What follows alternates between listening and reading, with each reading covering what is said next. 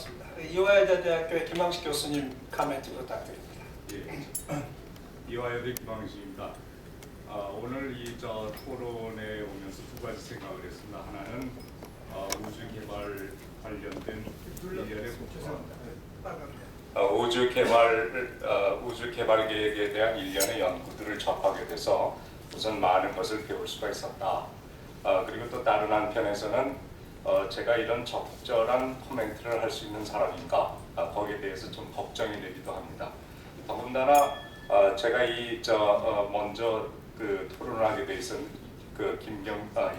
남궁영 박사께서 토론을 하시게 되니까 제가 생각한 부분하고 상당 부분 겹치는 것 같아서 또 그에 걱정이 됩니다만, 하여간 제가 정리한 것을 그대로 말씀을 드리도록 하겠습니다. 우선 우주 개발에 관련돼서 김명민 교수께서 얘기하신 것은 남궁영 박사께서 지적하신 것처럼 일련의 과정들을 설명하는 수준의 논문이었기 때문에 특별히 토론거리가 있는 것은 아니지 않는가, 그런 생각을 했습니다. 다만 제가 생각한 것은 김경민 박사께서 시조인가 강조하고 있는 것 가운데 하나가 일본의 우주 개발 계획을 우리가 벤치마킹 할 수가 있지 않을까. 벤치마킹 할 수 있다 그러면 우리가 그 벤치마킹 하는 과정에서 어떤 문제점을 해결해야 되는가 하는 그런 문제에 초점을 두고 토론을 해볼까 합니다. 그래서 제가 생각한 것은 첫째, 우주 개발과 관련된 평화적 이용 추구라고 하는 외교 문제, 그리고 두 번째는 우주 개발 모형에 관련된 것들을 논의하고자 합니다. 첫 번째 김영 교수께서 계속해서 강조한 것은 이 일본이 오늘날 우주 개발에 성공적이고 또 전략적인 방위 목적에까지 올라올 수 있었던 것은 지속적으로 평화적 이용 추구라고 하는 것을 강조했기 때문이다 라고 하는 점을 강조했습니다. 이 점에 관해서는 그렇기 때문에 1969년에 중의원 총회에서 우주의 평화적 이용을 선언을 하고, 또 그것이 가능했던 것은 중국의 핵실험, 그리고 중국의 핵실험을 통해서 아시아를 안정시키고 또 일본의 핵개발 의지를 약화시킨다고 하는 측면에서 우주 개발 계획에 협력을 했다.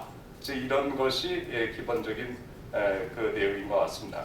그런데 이제 한국의 경우에는 김경민 교수가 강조한 것과는 달리 우리는 국가 안보라고 하는 측면이 우주 개발 계획에 처음부터 강조가 되지 않았는가, 그런 생각을 하게 됩니다. 우리나라가 우주 개발 계획이 대폭적으로 확대가 된 것은 다 아시다시피 1988년 대포동 1호 발사로 확대가 된 것을 볼 수가 있고, 그것을 통해서 인공위성 자력 발사 세계 10위권 진입이라고 하는 슬로건을 내걸고 결국 남북 경쟁 체제로 들어간 것을 볼 수가 있습니다. 최근에는 북핵 대비 태세를 강화시키기 위해서라도 이런 우주 개발 계획을 강화시켜야 되겠다고 하는 것을 논의하고 있기 때문에, 어느 면에서 보면 우리가 나가야 될 그런 자세보다는 더 나가서 국가 안보를 좀 강조해 오지 않았는가. 그래서 그 점을 어떻게 해결해야 될까 하는 점이 좀 논의가 되어야 될 것 같습니다. 그리고 우주 개발 모형에 대해서 우리가 이제 우주 개발 모형에 대해서 남궁영 교수께서 말씀하셨습니다만, 미사일 개발 통제 체제 그 가입 여부하고 우리가 좀 논의해야 될 필요가 있을 것 같습니다. 후발주자라고 논의가 되는 일본이나 중국의 경우에는 미사일 기술 통제 체제가 성립되기 이전에 이런 우주 개발을 시작을 했기 때문에 여러 가지 제약이 있다고 할지라도 보다 쉽게 미국으로부터 그리고 소련으로부터 우주 개발 기술을 협력을 받을 수 있었다 하는 점을 생각해 볼 수가 있습니다. 그러나 이제 우리 같은 경우에는 87년 MTCR에 가입하면서 상당한 제약을 받는다고 하는 것을 볼 수 있다면, 그 우주 개발 모형에 있어서 우리는 후발주자인 인도, 이스라엘, 브라질, 이란 또는 북한과 같은 모형으로 가는 것이 더 우리한테 그 시사점이 있지, 그 MTCR이 성립되기 이전에 기술 대비 가능했던 일본에 벤치마킹하는 것은 좀 어렵지 않을까 그런 생각이 듭니다. 그리고 이제 두 번째 이 우주 개발 모형하고 관련이 돼서 기술 협력의 문제를 생각을 해볼 수가 있을 것 같습니다. 우리가 알다시피 1969년에 일본은 미일 우주 협력 협정을 통해서 기술 도입을 하고 있습니다. 근데 이제 우리 같은 경우에는 2004년에 한러 우주 기술 협력 협정을 통해서 러시아로부터 이제 기술을 받아들이고 있는 거죠. 이제 이것은 현재 미국이 기술 이전에 대해서 대단히 소극적이고 그리고 소련의 경우에는 그렇지 않다는 점에서 대안이 없으니까 이것을 받아들일 수밖에 없지만 전면적인 우주 개발 체제와 관련돼서 이 문제는 무기 체계 또는 개발 체제 전반에 걸쳐서 새로운 시스템을 받아들이는 것이 되기 때문에 그것을 어떻게 기존의 방위 체제하고 결합시킬 수 있을까 하는 그런 문제가 논의가 되지 않을까 그런 생각을 합니다.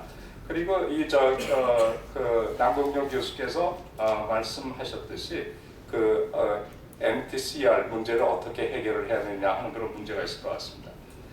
그리고 또 이제 제가 개인적으로 궁금한 것 중에 하나가 김경민 교수 논문에 이렇게 쭉 보면은 일본 우주 프로그램의 상용화가 가장 이렇게 앞서고 이렇게 그 경쟁력이 있을 것이다 이렇게 이제 말씀을 하셨는데 제가 궁금한 것 중에 하나는 물론 이제 10번 인공위성을 이제 발사 성공을 했을 때 안정적으로 개발에 성공을 했다라고 얘기를 하고 있습니다. 그런데 이 인공위성 발사 성공률이 다른 나라에 비해서 일본이 상당히 떨어진다는 거죠. 이를테면 일본의 성공률이 10.2%입니다. 중국의 경우가 약 10.1%고 러시아가 4.2% 그리고 미국이 7.1% 그리고 유럽이 6.7%입니다.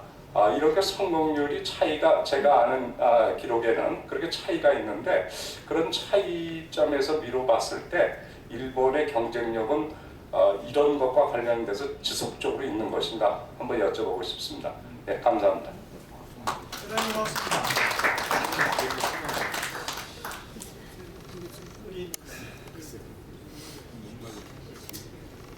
이 황진영 교수님 되게 영어로 마지막 하시는 분에게 last but not the least 그런 표현을 쓰는데